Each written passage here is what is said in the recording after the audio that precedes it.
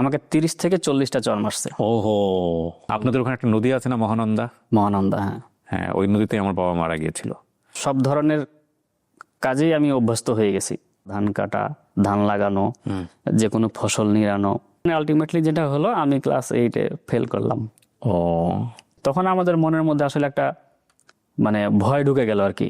ঢাকায় গিয়েছিস, কিন্তু ঢাকা থেকে কখনো আসতে চাইবি না, যত কষ্টই হোক। যতই কষ্ট হোক। আমি হচ্ছে কোম্পানির একজন সিকিউরিটি গার্ড, আর মালিকানা হচ্ছে আর একজন থাকতো।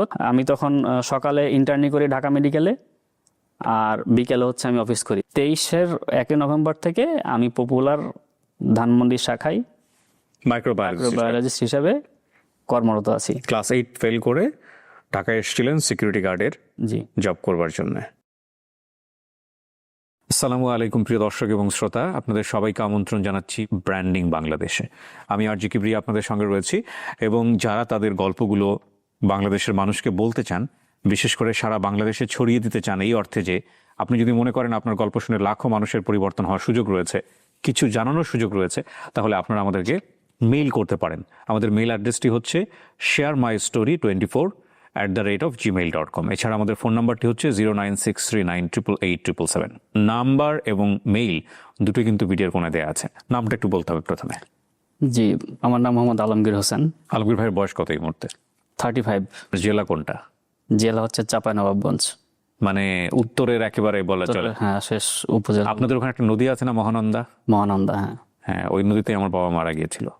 বিএসএফ এর বর্ডার না, সীমান্তবর্তী এলাকা না? হ্যাঁ, সীমান্তবর্তী এলাকা। যদিও আমাদের বাড়ি থেকে বর্ডার, আপনার যে সোনা মসজিদ স্থলবন্দর যেটা, সেটা প্রায় 20 কিলোমিটার। আমার মহানন্দ নদীতে টহলরত অবস্থায় বিএসএফ এর সাথে 2008 সালের গল্প। আচ্ছা, মহানন্দ নদীতে এখন যে ব্রিজটা আছে, ওটা হচ্ছে বিশিষ্ট ক্যাপ্টেন মহিউদ্দিন জাহাঙ্গীর সেতু আর কি। আচ্ছা আচ্ছা, বিডিআর ক্যাম্পের আশেপাশেই হবে আর কি বাবা ছিলেন। যাই হোক, চলেন আমরা শুরু করি। আমার গল্প নাইবা বলি, আমার গল্প কম বেশি দর্শকরা জানেন। বাবাকে নিয়ে লেখার ইচ্ছা আছে, যদি জীবনে সুযোগ পাই কোনোদিন। এখনকার যে বাংলাদেশ আমরা বলি স্বাধীন বাংলাদেশ, এই বাংলাদেশ লিখবো ইনশাল্লাহ। দোয়া করবেন আমার জন্য। শুরু করেন আপনার এই 35 বছরের জীবনের গল্প আলমগীর ভাইয়ের। চাঁপাইনবাবগঞ্জ জেলার শিবগঞ্জ উপজেলার শতজিৎপুর ইউনিয়নের উপর চণ্ডীপুর পণ্ডিতপাড়া নামে একটা পাড়া আছে, সেখানে আমার জন্ম 88 বা 89 সালের দিকে। আনুমানিক যখন 5-6 বছর বয়স, তখন স্বাভাবিকভাবেই পড়ালেখা শুরু করে সবাই। বাড়ির পাশেই ব্রাহ স্কুলে হচ্ছে আমাকে ভর্তি করানো হয়, বা আমি ভর্তি হই। আর ছোটবেলা থেকেই আমি আসলে একটু কথাবার্তা কম বলতাম। আচ্ছা, শান্ত স্বভাবের। হ্যাঁ, ওই স্কুলে হচ্ছে যে প্রায় 33 জন হচ্ছে স্টুডেন্ট টোটাল। আচ্ছা, আমার চাচাতো বোন ছিলেন কয়েকজন, ফুফাতো বোন ছিল, ইভেন আমার আপন ফুপুও ছিল, আমার সাথে পড়তো। স্কুলে যেতাম আসতাম, কিন্তু আমি আসলে কারোর সাথে কথা বলতাম না, ম্যাডামের সাথেও কথা বলতাম না। তো এরকমভাবে কিছুদিন যাওয়ার পরে আমার নামে কমপ্লেন আসলো বাড়িতে, বা ম্যাডাম আমার বাবাকে, আমার গার্জিয়ানকে ডেকে, যেহেতু বাড়ির পাশে একদম, তো বললো যে এরকম আপনার ছেলে তো কথাবার্তা বলে না কারোর সাথে, বা পড়াশোনা বলে না, কিছু জিজ্ঞেস করলেও বলে না, চুপচাপ থাকে। তো বাড়িতেও পড়তে বসি না।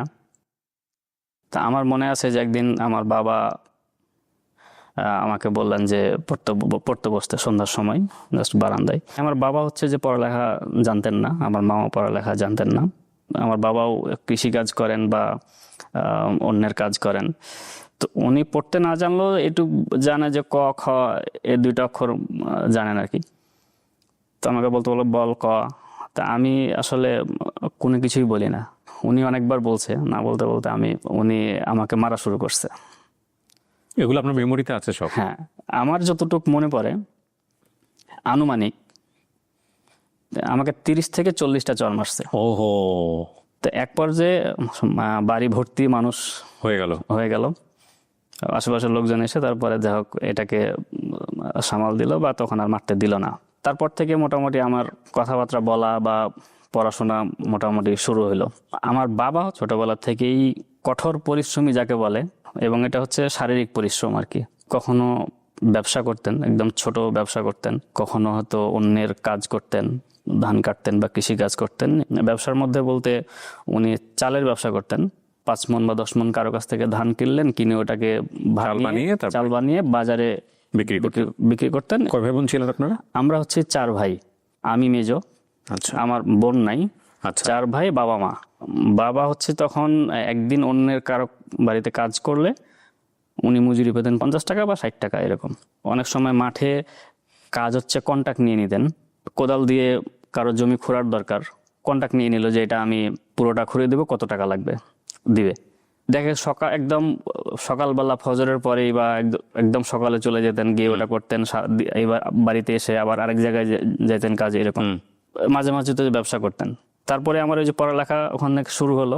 শুরু হওয়ার পরে আমি ক্লাস 1, 2 বা 3 পর্যন্ত ওখানেই পড়লাম। এর মধ্যে 2তে বা 3-র দিকে ওখানে ওই 33 জনের মধ্যেই আমি একটা পরীক্ষায় বা একটা ইয়াতে 3rd হয়েছিলাম আর কি। আচ্ছা, ব্রাকের? হ্যাঁ, ব্রাকে। তো ক্লাস 3 ওখানে শেষ করলাম। শেষ করার পরে আমাকে ভর্তি কোথায় করাবে, এখন বললো যে তাহলে বাজার হচ্ছে আমাদের বাড়ি থেকে প্রায় 1 কিলোমিটার দূরে, ওখানে আমাকে আমাদের মাদ্রাসায় ভর্তি করানো হলো। জি। তো মাদ্রাসার পড়াশোনা যেহেতু একটু মানে আরবি লাইন, হয়তো বুঝতে পারবো কি পারবো না, এই জন্য ক্লাস 3তেই আবার ওখানে ভর্তি করানো হলো। 1 বছর গ্যাপ বলা চলে। হ্যাঁ, তখন মোটামুটি বয়স 8-9 বছর হয়ে গেছে প্রায়। সকালবেলা মক্তবে আরবি পড়তে যেতাম মসজিদে। যখন স্কুল মাদ্রাসা একটু দেরিতে থাকতো 10টা-11টায়, তখন মক্তব থেকে এসে সকালে হচ্ছে যে আমি মাঠে যেতাম। আমাদের মাঠে যেতাম হচ্ছে মূলত ঘাস কাটার জন্য বা গরুর খাবার আনার জন্য আর কি। বাড়িতে গরু থাকতো সবসময়, গরু ছাগল, যেহেতু বলা যায় যে মানে কৃষক ফ্যামিলির। ঘাস কেটে এসে হয়তো নাস্তা রাস্তা করে এরপরে যেতাম মাদ্রাসায় পড়াশোনা ক্লাস করে এসে তারপর হচ্ছে যে বিকেলবেলা হয়তো খেললাম বা মাঝে মাঝে হয়তো বিকেলেও মাঠে যেতাম, সন্ধ্যায় পড়তে বসতাম। তো এভাবে যেতে যেতে সব ধরনের কাজেই আমি অভ্যস্ত হয়ে গেছি। মাঠে যে সমস্ত কাজকর্ম করে, ধান কাটা, ধান লাগানো, যে কোনো ফসল নিড়ানো, বাড়ি থেকে হয়তো 5-6 কিলোমিটার দূরে বাবার সাথে হেঁটে বাবার আমি ধান কাটতে গেছি। বন্যার পানিতে, বন্যা হয়তো কোমর পর্যন্ত পানি, এর মধ্যে ধান কাটতে হবে, এর মধ্যে ধান কাটছি। ধান কাটতে কাটতে এমন হয়েছে যে পায়ের মধ্যে জোক লেগে গেছে। আমাদের ওইদিকে গম কাটে হচ্ছে গভীর রাতে, মানে দিনের বেলা গমটা কাটলে গমের মাথাটা হচ্ছে ভেঙে পড়ে যায়, রোদ থাকে তো একটু মানে কড়া হয়ে থাকে আর কি। রাতে হালকা শীত ভাব থাকে, তো রাত 1টা, 2টা, 3টার সময় গিয়ে গমটাম কেটে মোটামুটি কৃষিকাজ যেগুলা অল্প বয়সে শিখে গেছেন, ক্লাস 3তে পড়ার সময় সবই পারি। আমাদের ওইদিকে যেহেতু মানে হিউজ পরিমাণ আম বাগান, আমের ফসল হয়, আম হয় অনেক। আমি শুনেছি নাকি আপনাদের নাকি এরকম হয় যে ওই রাস্তার পাশে নাকি আম, ছোট ছোট গাছে আম ধরে ঝুলে থাকে, কেউ নাকি খাওয়ার লোক নাই। যদি ওটা নিচে পড়ে যায় তখন সেটা যে কেউ নিতে পারবে, হ্যাঁ, কিন্তু গাছে থাকা অবস্থায় কেউ নিবে না। আচ্ছা, বিশাল বিশাল আমের বাগান। হ্যাঁ, আমি শুনেছি, দেখা হয়নি। মানে বলতে পারেন যে শত শত কিলোমিটার বা শত শত বিঘা, হাজার হাজার বিঘা আম বাগান। হ্যাঁ, ওকে। তো এভাবেই 4, 5, 6, 7,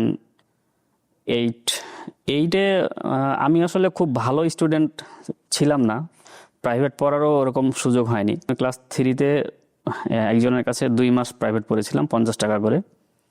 এর বাইরে এরপরে আমি আর এখন পর্যন্ত বা পরবর্তীতে কখনো আমি প্রাইভেট পড়িনি বা পড়ার সুযোগ হয়নি। ওই বাড়ির কাছের 2-1 বন্ধু বান্ধব ছিল বা যারা আমার মতো একটু পড়ালেখা কম, তাদের সাথে হচ্ছে যে মিশতাম। ভালো স্টুডেন্ট যারা, রোল নাম্বার দিতে আমি 1, 2, 3, 4, 5 এর মধ্যে, আমি এদের সাথে আসলে মিশতাম না। ক্লাস 8-এ পরীক্ষা দিলাম, আর তখন তো আনুমানিক বয়স 13-14 এরকম হয়ে গেল। তখন তো আসলে বয়সটা মানে একটু খারাপ বলা যায়, যে বয়ঃসন্ধিকাল। হ্যাঁ, বয়ঃসন্ধিকাল। তো ভালো মন্দ অনেক মানে চিন্তা ভাবনা মাথার মধ্যে আসে। মানে আলটিমেটলি যেটা হলো, আমি ক্লাস 8-এ ফেল করলাম। বাড়িতে বলতে পারলাম না, কারণ বাড়িতে বললে হয়তো বা বকা দিবে। বাড়িতে বললাম যে হ্যাঁ পাস করছি, আমার 9-এ বই কিনতে হবে। আনুমানিক আমি 900 টাকা দিয়ে তখন বই কিনেছিলাম। বই কিনছেন 9-এর? ঈদের সময় আমি হচ্ছে যে 15 থেকে 20 টাকা হচ্ছে যে আমরা ঈদের দিন পেতাম আর কি, 4 ভাই মিলে। সালামি বলেন আর যাই বলেন, ওটা নিয়ে হচ্ছে আমরা ঈদের দিন ঈদে যেতাম। যাই হোক, আমি এরপরে ওই যে ফেল করলাম, বই কিনলাম।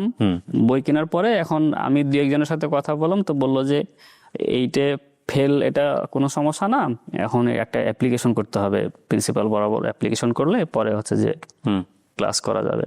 কিভাবে অ্যাপ্লিকেশন করব, কার বরাবর করব না করব, তো এগুলো আমার কাছে কেন জানি আনইজি লাগে। এই করব করতে করতে আর অ্যাপ্লিকেশন আর করা হয় না। এর মধ্যে কয়েকদিন গিয়ে ক্লাস করছি 9-এ, কিন্তু আমার খাতায় কোনো নাম টাম কোনো কিছু নাই। আমি জাস্ট কয়েকদিন ক্লাস করে চলছি, মানে এটা হচ্ছে বাড়িতে বোঝানো যে হ্যাঁ আমি যাচ্ছি। তো এরকম করতে করতে দেখা গেছে যে আর মানে যাচ্ছি না মাদ্রাসায়। তো একদিন যাচ্ছি, 5 দিন গেলাম না। মাদ্রাসায় না যাওয়ার জন্য বিভিন্ন ধরনের অজুহাত, যে হয়তো সকালে মাদ্রাসায় যাওয়ার সময় হলো, তার আগে হচ্ছে যে আমি চলে গেলাম মাঠে, মাদ্রাসার সময় শেষ হয়ে গেল, আমি বাড়িতে চলে আসলাম। এরকমভাবে অজুহাত খুঁজতে থাকলাম মাদ্রাসায় না যাওয়ার জন্য। আমার স্যান্ডেল, একজোড়া স্যান্ডেল, আমার স্যান্ডেল আমি নিজে একটা জায়গা রুমের মধ্যে লুকিয়ে রেখে দিলাম। লুকিয়ে রেখে দিয়ে আমি আমার মাকে বলছি যে স্যান্ডেল পাচ্ছি না, জুতো পাচ্ছি না, স্যান্ডেল ছাড়া আমি যাবো কিভাবে।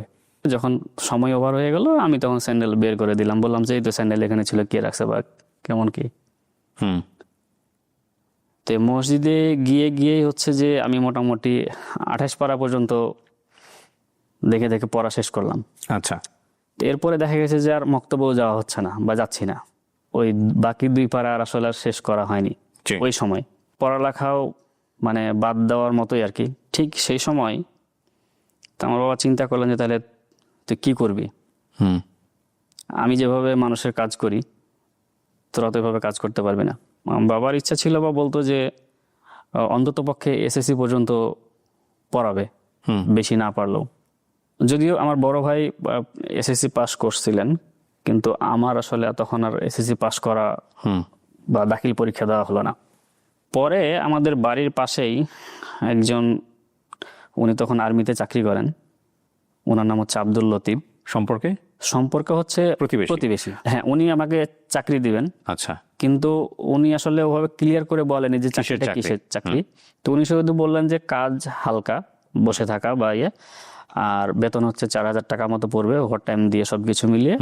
থাকা হচ্ছে ফ্রি, থাকার জন্য কোনো ভাড়া দিতে হবে না, খাওয়াটা হচ্ছে নিজের। আচ্ছা। তো আমরা ওই সময় হয়তো হিসাব করে দেখলাম যে থাকা ফ্রি হলে খাওয়ার জন্য হয়তো ওই সময় 2003 সালে বা 4 সালে 600-700 টাকা বা সর্বোচ্চ 1000 টাকা হলেই এক মাসে খাওয়া দাওয়া হয়ে যাবে। তো বাকি 3000 টাকা থাকবে। তো চিন্তা, আমার বাবা তখন অন্যের কাজ করে পায় 50-60 টাকা। তো সেক্ষেত্রে আমি যদি মাসে 3000 টাকা পাই থাকে, তো সেই হিসাবে অনেক টাকাই বলা যায়। এভাবে আমাদের গ্রাম থেকে 4 জনকে ঠিক করা হলো যে 4 জনকে একসাথে নিয়ে আসবে। তখন আপনি ক্লাস 8-এ ফেল করে ওই অবস্থায় আছি। এর ভিতরে রমজান মাস ছিল। রমজান মাসে মেবি 15-16 রোজার দিকে সম্ভবত আমার ছোট্ট একটা অ্যাক্সিডেন্ট হয়। যাই হোক, অ্যাক্সিডেন্ট হওয়ার পরেও তার কিছুদিন পরেই সব ঠিকঠাক, ডেট ফাইনাল যে ডিসেম্বরের 5 তারিখ 2003 সাল রাতের বাসে রওনা দিয়ে 6 তারিখ সকালে আমরা ঢাকায় চলে আসি। কুড়িল বিশ্ব রোডে হচ্ছে যে আমাদেরকে নামাই। এটা পরবর্তীতে আমি মানে বুঝতে পারি বা জায়গার নাম জানতে পারি। ওই আব্দুল লতিফ সাহেবের সাথে আরেকজন তার বন্ধু আরেকটা ছেলেকে নিয়ে আসছে। দেন আমরা এখানে 5 জন একসাথে সেই অফিসে গেলাম। তো আমাদের কাগজপত্র যা ছিল এগুলা ছবি টবি নিয়ে, বায়োডাটা নিয়ে সব রাখা হলো। আমাদেরকে বলা হলো যে তোমরা একটা রুমে রেস্ট করো, তোমাদেরকে এখান থেকে কিছুক্ষণ পরে নিয়ে যাওয়া হবে। তা আমরা হচ্ছে একটা রুমে 5 জন রেস্ট করছি। তো এর মধ্যে দুপুর 12টার দিকে ওই অফিস থেকে একজন লোক এসে আমাদেরকে নিয়ে যাবে। এখান থেকে তখন সকালে কিন্তু আমাদেরকে রেখে ওই যে আব্দুল লতিফ সাহেব বা ওনার সাথে আরেকজন যে ছিল, উনি চলে গেছেন আর কি, আমাদেরকে রেখে, এদেরকে বুঝাই দিয়ে যে এরপরে যা যা বলবে সেভাবে যাতে আমরা কাজ করি। জি। তা আমাদেরকে এখান থেকে 12টার দিকে বললো যে এখান থেকে মীরের বাজার যেতে হবে। আচ্ছা। মীরের বাজার হচ্ছে আপনার টঙ্গীর ওইদিকে। মীরের বাজার যেতে যেতে দুপুর হয়ে গেল। তা আমরা দুপুরে গোসল করলাম, খাওয়া দাওয়া করে আমরা জাস্ট আশেপাশে একটু ঘুরে দেখলাম। কিন্তু আমরা আসলে তখন বুঝতে পারছিলাম যে আমাদের মানে কাজটা কি হবে। ওখানে বলছে যে তোমাদের কাজ হবে যে বাজারে এখানে নাইট গার্ডের ডিউটি দেওয়া, এরকম বলছে। আমরা আশেপাশে 2-1জনকে জিজ্ঞেস করলাম, তারা বলল যে আসলে এটা তো কোনো অফিস না বা কোনো কিছু না, এখানে তো এরকম বিভিন্ন লোকজনকে নিয়ে আসার পরে হয়তো 1 রাত 2 রাত থাকে, থাকার পরে এখান থেকে তাদেরকে পাঠিয়ে দেওয়া হয় বা যা কিছু থাকে এগুলা নিয়ে পাঠিয়ে দেওয়া হয়। এরকম ইনফরমেশন আমাদেরকে দিল আশেপাশের দিয়ে একজন।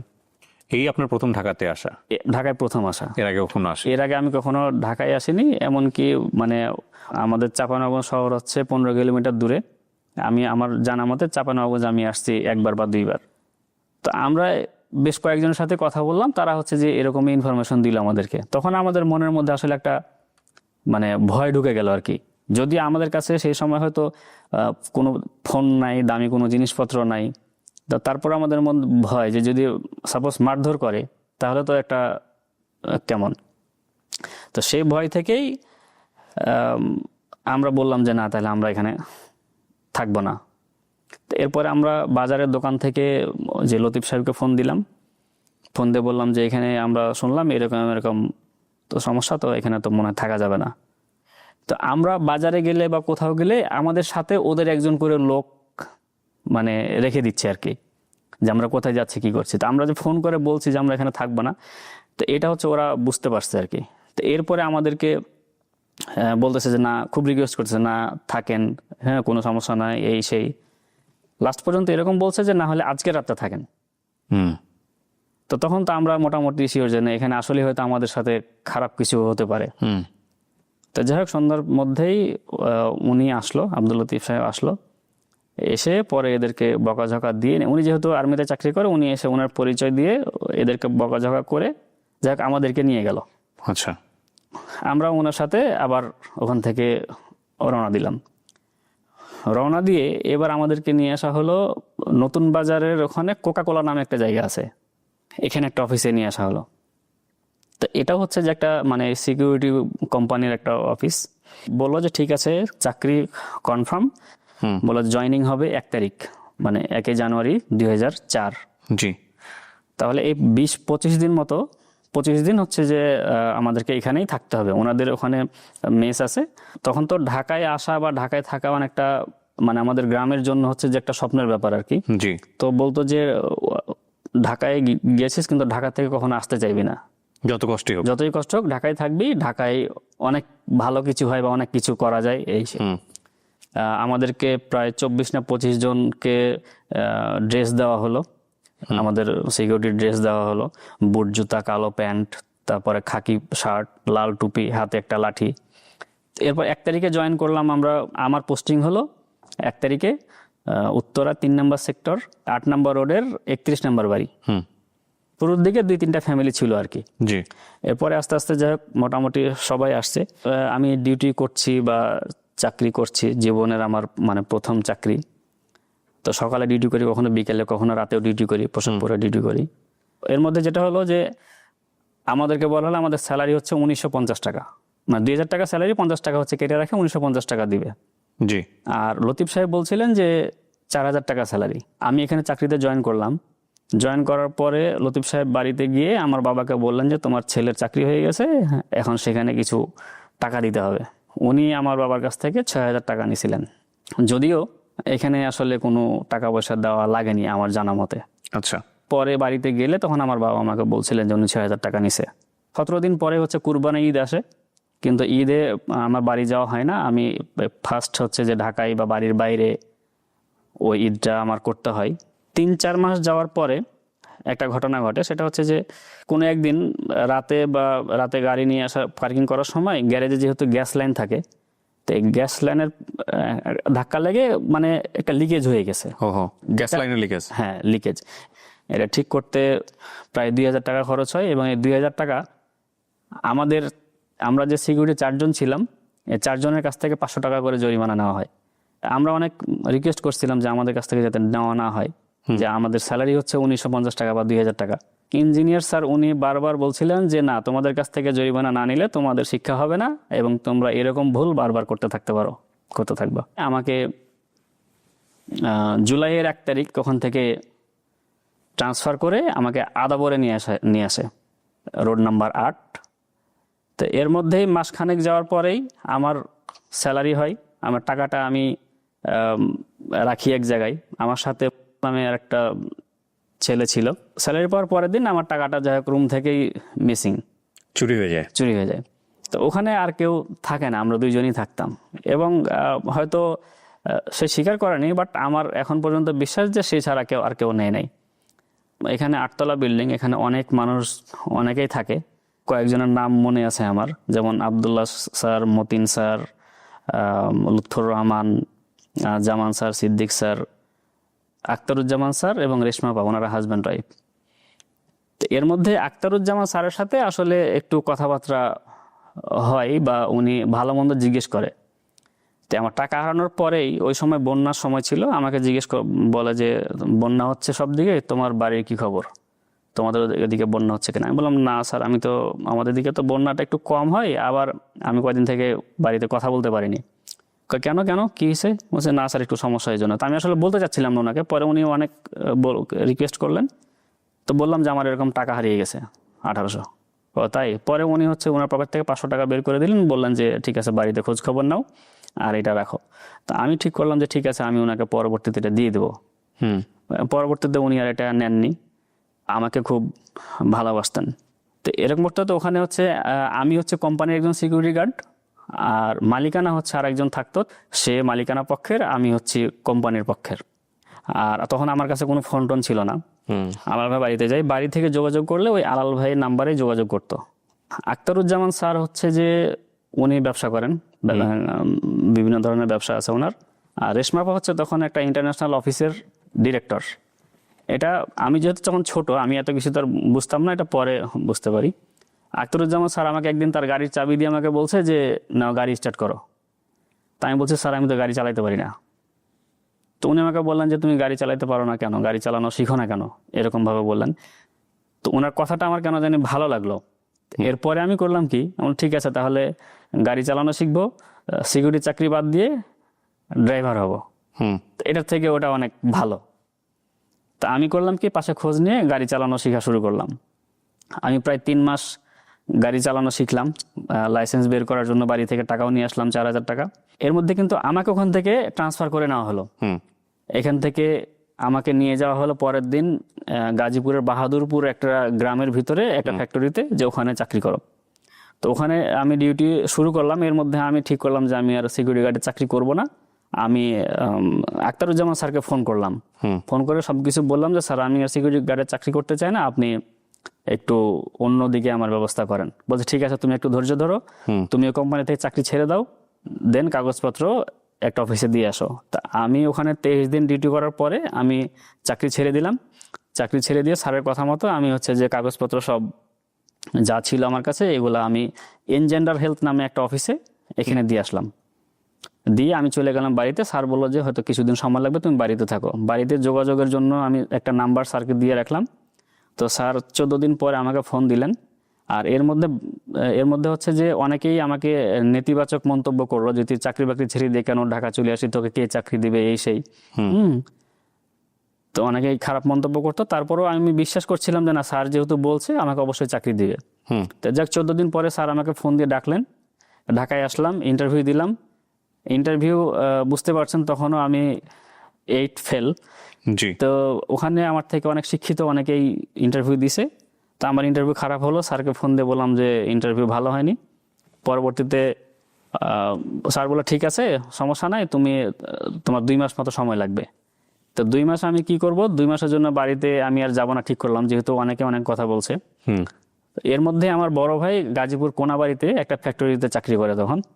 তা আমি আমার বড় ভাইকে বললাম যে তাহলে তোমার ওখানে দেখো চাকরি হবে কিনা। তো বড় ভাইয়ের ওখানে চাকরি বললো যে এখানে চাকরি হবে, কিন্তু ভিতরে এখন লোক নিচ্ছে না, কিন্তু এখানে যে সিকিউরিটি কোম্পানি আছে সেখানে চাকরি হবে। তো সেখানে আমি সিকিউরিটি চাকরি নিলাম।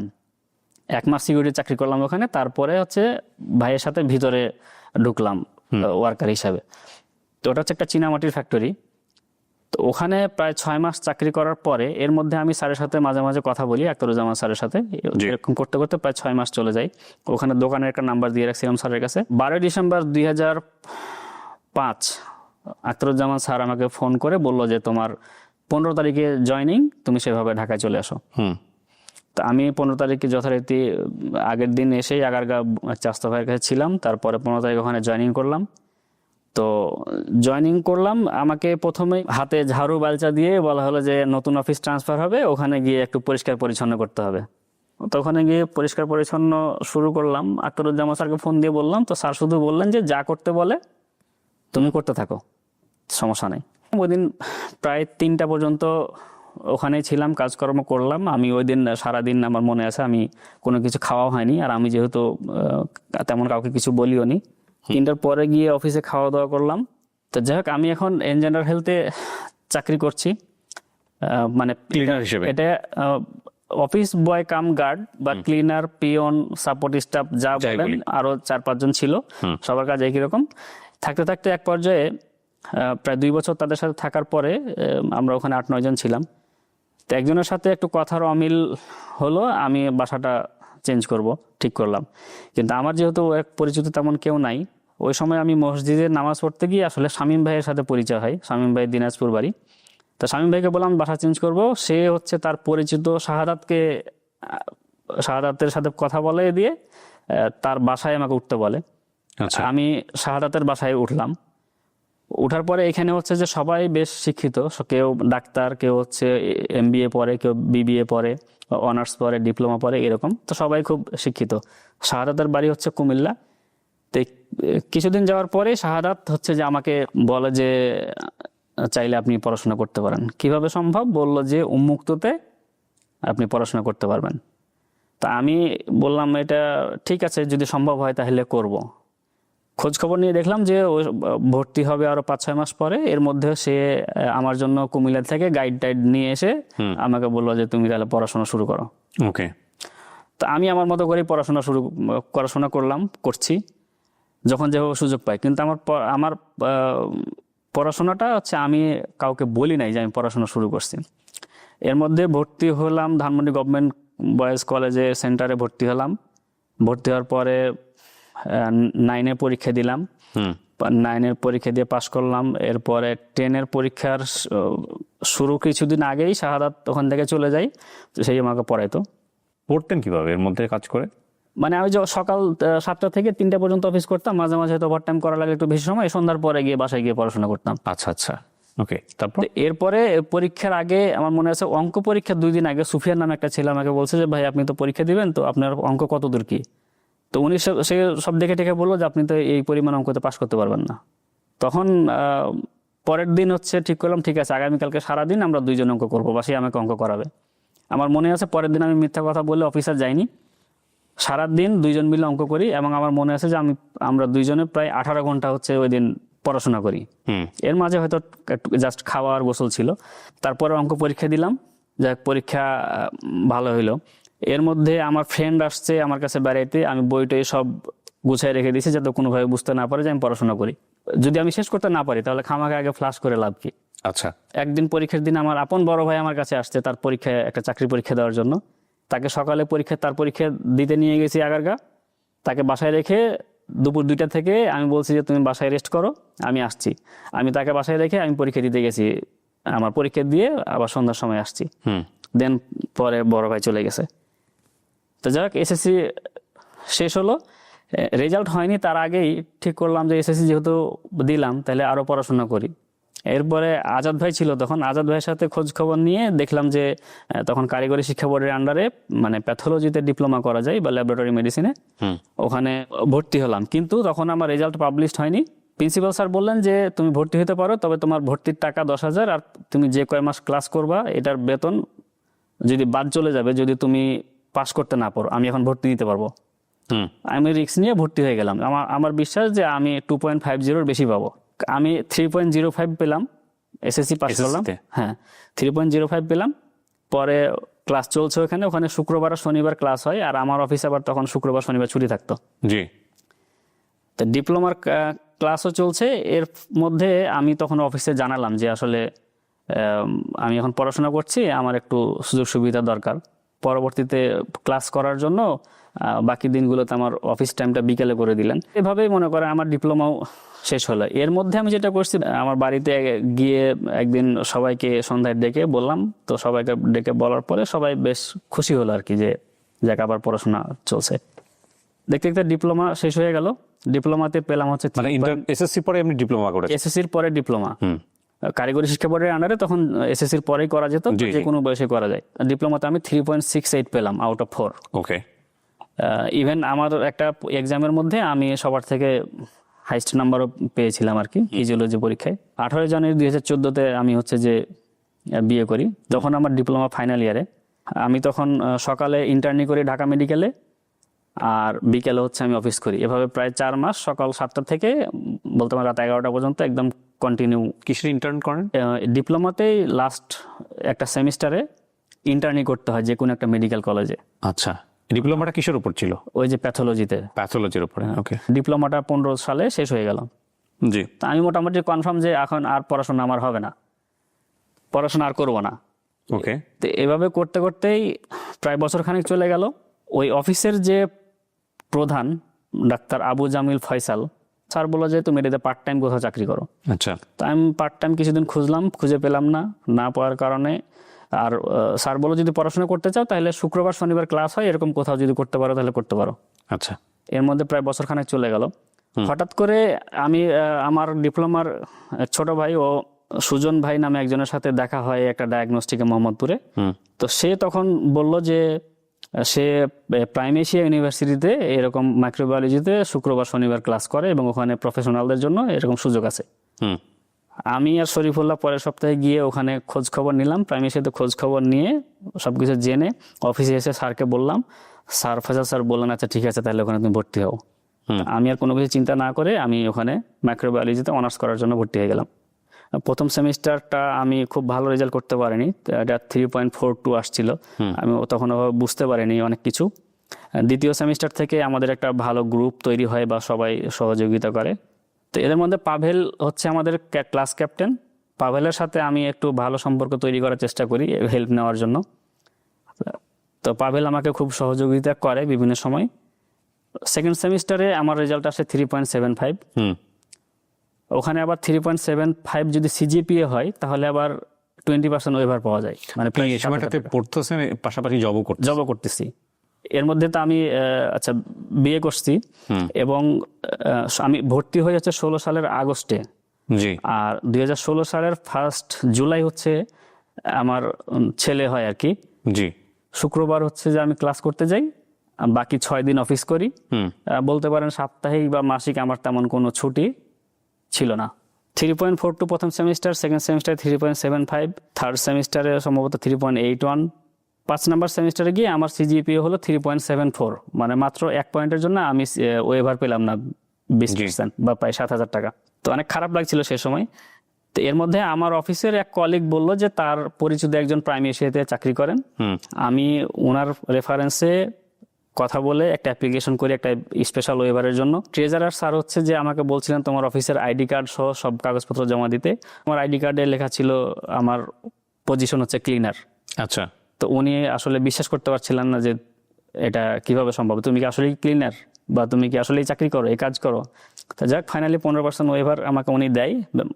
তারপরে পরের সেমিস্টার থেকে আবার আমার সিজিপিএ 3.75 এর উপরে চলে যায়, যার কারণে আমি সব মিলিয়ে প্রায় 65% ওয়েভার পেতাম। আচ্ছা। যেটা ষষ্ঠ সেমিস্টার থেকে লাস্ট পর্যন্ত কন্টিনিউ ছিল। ওকে। আর এর মধ্যে আমার অফিস থেকে ফয়সাল স্যার হচ্ছে যে ওনার সহযোগিতায় উনি আমাকে প্রায় 75,000 টাকা ওয়েভারের ব্যবস্থা করে দেন অফিস থেকে। একটা স্কলারশিপ নিয়ে দেয় 3 সেমিস্টারের। এটা কি 4 বছরের অনার্স? 4 বছরের অনার্স। আপনি ডিপ্লোমা করার পর আবার অনার্স করেছেন? হ্যাঁ। ওরে বাবা। ওকে, তারপর? শেষ হলো 2020-এ অনার্স। কিন্তু আপনার 2020-এ তো আপনার যে করোনাও শুরু হলো। করোনার মধ্যেই হচ্ছে যে আমার মানে লাস্ট প্রেজেন্টেশনটা অনলাইনেই হয়েছে। আমার অনার্স শেষ হলো, এরপরে অনলাইনে মাস্টার্সও ভর্তি হলাম আমি। অনলাইনে এটা তখন করোনার কারণে অনলাইনে ক্লাস হয়। তো এর মধ্যে একটা যেটা হয়েছে 2018 সালে কিন্তু আমি যে চাকরি করতাম যেখানে, আমার ওই অফিসটা প্রজেক্টটা শেষ হয়ে যায়। ওটা একটা এনজিও ছিল বা ভালো সুযোগ সুবিধা পেতাম। 19 সালের জানুয়ারি ফেব্রুয়ারি 2 মাস আমি বেকার ছিলাম। এর মধ্যে অনেক কিছু ট্রাই করছি করার, কিন্তু করতে পারিনি।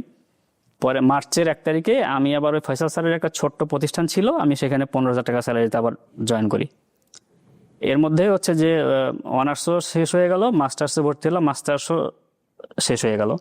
এর মধ্যে নভেম্বরে দেখলাম যে পপুলার থেকে একটা সার্কুলার হয়েছে। কত সালে নভেম্বর? 2019-এ। 19 নভেম্বর। হ্যাঁ, যে ওরা মেডিকেল টেকনোলজিস্ট নিবে। সিবিটিভি রেডি করে পপুলারের সামনে গেলাম, গিয়ে সিবি দেওয়ার জন্য। এর মধ্যে হঠাৎ করে ওই আবু জামিল ফয়সাল স্যারের ছেলে মুনতাসির ফয়সাল, উনি পপুলারে চাকরি করেন, ওনার সাথে দেখা। উনি ওনার ভিজিটিং কার্ড দিয়ে বললো ঠিক আছে তাহলে আমার কার্ড অ্যাটাচ করে সিবি জমা দেন। সিবি জমা দিলাম, আমাকে ডাকলো পপুলার থেকে। ডাকার পরে আমি 11,000 টাকা স্যালারিতে পপুলারে জয়েন করলাম 1 ডিসেম্বর 2019 মেডিকেল টেকনোলজিস্ট হিসাবে। এখানে ক্লিনিক্যাল প্যাথোলজি বিভাগে জয়েন করলাম। তো ক্লিনিক্যাল প্যাথোলজি বিভাগে ইউরিন আর স্টুল টেস্ট হয়, রুটিন টেস্ট হয়। তো এর মধ্যে আমার তখন মাস্টার্স ক্লাস চলছে, এর মধ্যে মাস্টার্স শেষ হলো। তো আমি চেষ্টা করতাম যে মাইক্রোবায়োলজি ডিপার্টমেন্টে কাজ করার জন্য। ওখানে যারা সিনিয়র ছিলেন বা ওখানে ল্যাব ম্যানেজার আসাদ স্যার ছিলেন, আছেন এখনও, ওনাকে বলছিলাম যে আমি মাইক্রোবায়োলজি ডিপার্টমেন্টে আমাকে ট্রান্সফার দেন। তো প্রায় 3 বছর কাজ করার পরে উনি আমাকে মাইক্রোবায়োলজি ল্যাবে ট্রান্সফার দিছেন, বা ট্রান্সফার হয়েছে আমার সেম পজিশনে, মেডিকেল টেকনোলজিস্ট পজিশনে। তো মাইক্রোবায়োলজিতে ট্রান্সফার হওয়ার পরে প্রায় বছর খানেক পরে যখন এখানে মাইক্রোবায়োলজিস্ট লাগবে, তখন হচ্ছে আমি অ্যাপ্লিকেশন করলাম। তা আমি অ্যাপ্লিকেশন করলো, এখানে আছে কেউ হয়তো চাচ্ছিলেন হোক, কেউ চাচ্ছিলেন না। তো অনেক বাধা বিপত্তি পেরিয়ে ফাইনালি হচ্ছে যে আমি 2023-এর 1 নভেম্বর হচ্ছে আমাকে পদোন্নতি দেওয়া হয় মাইক্রোবায়োলজিস্ট হিসাবে। ওকে, কংগ্রাচুলেশন। 2023-এর 1 নভেম্বর থেকে আমি পপুলার ধানমন্ডি শাখায় মাইক্রোবায়োলজিস্ট হিসাবে কর্মরত আছি। ক্লাস 8 ফেল করে ঢাকায় এসেছিলেন সিকিউরিটি গার্ডের জি জব করবার জন্য। কত সালে মনে আছে? 2003 সালের 6 ডিসেম্বর আমি ঢাকায় আসি। 2003 সালে চাকরিটা শুরু করি 2004 সালের 1 জানুয়ারি, পয়লা জানুয়ারি। 20 বছরের ব্যবধানে 1 বছর 7 মাস হচ্ছে আমি সিকিউরিটি গার্ডে চাকরি করি। হ্যাঁ, এনজেন্ডার হেলথ নামের এনজিওতে আমি চাকরি করি প্রায় 13 বছর। এনজেন্ডার হেলথ হচ্ছে একটা ইন্টারন্যাশনাল এনজিও। জি, ওখানে প্রায় 13 বছর ক্লিনিক্যাল পিয়ন, ক্লিনার, সবকিছুই সাপোর্ট স্টাফ বলেন, যাই বলেন। ওখানে একবার রিসেপশনিস্ট হওয়ার ট্রাই করছিলাম, কিন্তু ওখানে এখানে থাকা অবস্থাতেই উনি আসলে লেখাপড়াটা করছে আর কি, রাতের বেলা যেভাবে পারুক লেখাপড়া করছি। বা হচ্ছে যে আসলে তখন মানে যখন লেখাপড়া শুরু করি বা ডিপ্লোমাটা যখন করি, তখন কিন্তু আমার ইয়েটা ছিল যে এটা আমি যেটা করছি এটা কিছু না, এটা তো আমার ফিউচার না। তখন আপনাকে তো কেউ গাইড করে নাই। গাইড করা বলতে আসলে ওই শাহাদাত যদি আমাকে ঠিক মতো কনভিন্স না করতো বা বলতো, কেন যেন তার কথা আমার ভালো লাগছে, আমি তার কথাই শুরু করলাম। পরবর্তী ডিপ্লোমার সময় আজাদ ভাই বলল প্যাথোলজিতে ডিপ্লোমা করতে, আমি করলাম। অফিসে একজনের সাথে, মিজানুর রহমান স্যারের সাথে পরামর্শ করলাম। তো স্যার আমাকে একটা কথা বললেন যে এই লাইনে, টেকনিক্যাল লাইনে তুমি পড়াশোনা করো, তাহলে তোমার কি হবে, এনজিও চাকরি আজ আছে কাল নাই। তুমি যদি টেকনিক্যাল লাইনে পড়াশোনা করো তাহলে পৃথিবী যতদিন থাকবে মানুষ থাকবে, মানুষ অসুস্থ হবে, অসুস্থ হলে ডায়াগনস্টিক বা হাসপাতালে যেতে হবে। সুতরাং ডাল ভাত খেয়ে হলেও তুমি বেঁচে থাকতে পারবা। তা আমি সেই হিসাবে ডিপ্লোমা করলাম। অনার্স করেছেন কোন বিশ্ববিদ্যালয়ে? এটা হচ্ছে প্রাইম এশিয়া বিশ্ববিদ্যালয়, বনানীতে। মাস্টার্সও ওখানে? মাস্টার্সও ওখানেই। সাবজেক্ট কি বললেন? মাইক্রোবায়োলজি। মাইক্রোবায়োলজি, জি। ওকে। এটা টাফ ছিল না আপনার ওখানে এন্ট্রি নেওয়া? ওখানে তো আসলে একাডেমিক জায়গা থেকে তো অনার্স, আপনার তো ইন্টারমিডিয়েটও করা ছিল না? না, ইন্টারমিডিয়েট করা, প্রাইভেটের সুযোগটা থাকে। অন্যান্য আর কোনো ইউনিভার্সিটি তেমন নাই যেখান থেকে এটা করা যাবে। অন্যান্য আপনি ওখান থেকে করে যেভাবে হোক যেটা পেয়েছেন সেটাই ধরেছেন আপনি? হ্যাঁ, ধরছি যে এটা করতে হবে বা করা উচিত। আমার বাসায় আমি এক রুম নিয়ে সাবলেট থাকতাম। আমার ছেলে তখন রুমের মধ্যে পড়তে বসলে দেখা গেছে যে হয়তো মাঝে চলে আসে আমার কাছে। আমি বারান্দায় একটা লাইট দিলাম এবং ভিতর থেকে দরজা লাগিয়ে দিতে বলতাম, আমি বারান্দায় চেয়ারে বসে বসে পড়তাম। ডিপ্লোমা পড়ার সময় আমার মনে আছে যে আমি অফিস থেকে বাসায় যেতাম, পড়তে বসতাম। যতক্ষণ পড়তাম ততক্ষণ আমার চুলা জ্বলতো, চুলায় গরম পানি, আমি চা খাচ্ছি, পড়ছি, আমি কন্টিনিউয়াস চা খেতাম আর পড়তাম। তারপরে ডিপ্লোমার সময় মনে আছে যে অফিসে ব্যস্ততার কারণে আমি প্র্যাকটিক্যাল খাতা লেখার সময় পাচ্ছি না। তো এরকম কয়েকদিন চলে যাওয়ার পরে দেখি যে সময় আর নাই। একদিন আমি রাতে জেদ করে আর কি, একদিন রাতে শুরু করলাম প্র্যাকটিক্যাল আঁকা। যদি আমি ভালো আঁকতে পারি না, সারা রাত আঁকছি খাতা, একে পরের দিন সকালে অফিস চলে গেছি। আমার এটাও মনে আছে যে আমার অনার্স পরীক্ষার সময় একদিন হিসাব করে দেখি যে আমি প্রায় 12 মগ চা খাইছি। এবং আমার ফ্রেন্ড যারা ছিল বা ক্লাসমেট ভার্সিটির, এরা হচ্ছে যে আসলে অনেকেই বলতো বা এখনো বলে যে তুই চাকরি করিস, সংসার আছে, তারপর এটা কিভাবে সম্ভব এত ভালো। আপনি এই জন্যই ক্লাস 8-এর ওই ফেলটাকে আপনার জীবনের আশীর্বাদ মনে করেন, কারণ ওটা না করলে তো আপনি শহরেও আসতে পারতেন না। আলহামদুলিল্লাহ বলছি এই জন্য যে আসলে ওখান থেকেই হয়তো বা শুরু। কিন্তু কখনো মনে হয় না আপনার যে আপনার যদি এরকম একটা দরিদ্র পরিবারে জন্ম না হতো, অনেক সাপোর্ট যদি আপনার থাকতো, তাহলে আপনি আজকের জীবনে হয়তো অন্য জায়গায় থাকতেন, আপনার এই মেধা, আপনার এই পরিশ্রম দিয়ে আপনি হয়তো অন্য লেভেলে যাইতেন? এটা কখনো মনে হয় না? পজিটিভ হতে পারে, আবার হচ্ছে যে হয়তো নেগেটিভ হতে পারে, নেগেটিভও হতে পারে। মানে আফসোস নাই কোনো যেটার জন্য, কোনো কোনো কিছু না, আফসোস নাই। যতটুকু অর্জন করছেন ততটুকুর জন্যই আলহামদুলিল্লাহ। হ্যাঁ, এবং আমি মানে গর্ব করি যে আমার আসলে যা কিছু আছে সব হচ্ছে আমার নিজের। আমার পড়াশোনা করতে গিয়ে হয়তো আমার 5-6 লাখ টাকা খরচ হয়ে গেছে এ পর্যন্ত, সব নিজের টাকা দিয়ে। আমি আমার নিজের টাকা দিয়ে পড়াশোনা করছি, আমার ফ্যামিলি থেকে কিন্তু আনিনি। বা আসলে আমার ফ্যামিলি থেকে যে প্রতি মাসে একটা সাপোর্ট দিবে সেই অবস্থা কিন্তু নাই, সুযোগ ছিল না। সুযোগ ছিল না। বাবা বেঁচে আছেন? হ্যাঁ, আমার বাবা। আপনার ভাই বোনরা কতদূর পর্যন্ত পড়াশোনা করছে? আমার বড় ভাই এসএসসি পাস, আমি তো বর্তমানে মাস্টার্স পাস। ছোট যেটা সে পড়াশোনা করেন 3-4 পর্যন্ত পড়াশোনা করছে, এবং 4 নম্বর যেটা ও হচ্ছে যে সেম একই লাইনে ডিপ্লোমা করছে, কারণ সে অন্যদিকে পারছিলাম না পড়াইতে, বাধ্য হয়ে এই লাইনেই তাকে পড়ানো হয়েছে, সে ডিপ্লোমা করা। আমার জন্মটা কীরকম ফ্যামিলিতে দেখেন, আমার দাদারা 3 ভাই, এই বংশে অনার্স মাস্টার্স পাস করা কেউ নাই। আমার নানার বংশে 200-র উপরে সদস্য, 200-300-র উপরে হবে, অনার্স মাস্টার্স পাস করা কেউ নাই। দিনমজুর, কৃষিকাজ করে, রাজমিস্ত্রির কাজ করে আমাদের এলাকার একটা হিউজ পরিমাণ লোক, সব হচ্ছে এই লেভেলে। তাদের মধ্যে থেকে আমি আজকে এই জায়গাটায়, আমি এই জায়গায়। আপনার কাছে মনে হতে পারে যে এটা একটা ক্ষুদ্র একটা অর্জন, কিন্তু আপনি যদি একটু চিন্তা করেন যতটুকু যুদ্ধ সে নিজের জীবনে করে আজকে নিজের জায়গাটায় নিয়ে আসছে, যে পরিবর্তনটুকু ঘটিয়েছে, এই যুদ্ধটুকুকেই আমরা অনেক বড় করে দেখতে চাই। কি পরিস্থিতির মধ্য থেকে উনি টেনে হিচড়ে আজকে এই জায়গাটায় নিজেকে নিয়ে এসছেন। একেবারেই শান্ত শীতল একটা গল্প, কিন্তু আপনি খুব মনোযোগ দিয়ে যদি শোনেন তাহলে এই গল্প থেকে একটা জিনিসই বারবার বের হয়ে এসছে। ওনার ইচ্ছা ছিল, ওনাকে যখন যে ভালো পরামর্শ দিয়েছে সেটাকে উনি কাজে লাগিয়েছেন। উনি যেটা বলছিলেন, আমার দাদার গোষ্ঠী কিংবা মায়ের নানার গোষ্ঠী, সেখানে কেউ অনার্স মাস্টার্স নেই, সেখানে ওনার অনার্স মাস্টার্স পাস করা, এবং এখন মাইক্রোবায়োলজিস্ট হিসেবে উনি একটা স্বনামধন্য হাসপাতালে জব করছেন। It's a beautiful story. তো অনেক ধন্যবাদ। আপনি এক লাইনে বলবেন যে এই গল্পটা আপনি কেন বললেন? আমার কাছে মনে হয়েছে যে আমার এই জার্নিটা যদি কারো কাছে আমি বলতে পারি, কেউ এখান থেকে ইন্সপায়ার্ড হতে পারে। ভেঙে পড়লে চলবে না, যে কোনো জায়গা থেকে নিজের ইচ্ছাটা থাকলেই ঘুরে দাঁড়ানো সম্ভব। আমি যে আজকে এখানে আসছি এটাও কেউ জানে না। আমার এই হিস্টোরি, গত 20 বছরের হিস্টোরি, এই আমি আজকে একদম মন খুলে আমি প্রকাশ করলাম। আমি সর্বশেষ হচ্ছে যে আপনাকে, আপনার এই প্রতিষ্ঠানকে, এবং শুরু থেকে এখন পর্যন্ত আমাকে যারা সাপোর্ট দিয়েছেন, মেন্টালি বলেন আর ফাইন্যান্সিয়ালি বলেন, যেভাবে যেখান থেকে যে সাপোর্ট দিয়েছেন, সহযোগিতা করছেন, আমি সবার প্রতি আন্তরিকভাবে কৃতজ্ঞ, এবং আমার যদি কোনো ভুল হয়ে থাকে আমি সেটার জন্য ক্ষমা প্রার্থী। ঠিক আছে, থ্যাংক ইউ। প্রিয় দর্শক এবং শ্রোতা, এখানেই শেষ করছি আজকের ব্র্যান্ডিং বাংলাদেশ। সবাই অনেক অনেক ভালো থাকুন। আজকের মতো এ পর্যন্তই। আসসালামু আলাইকুম।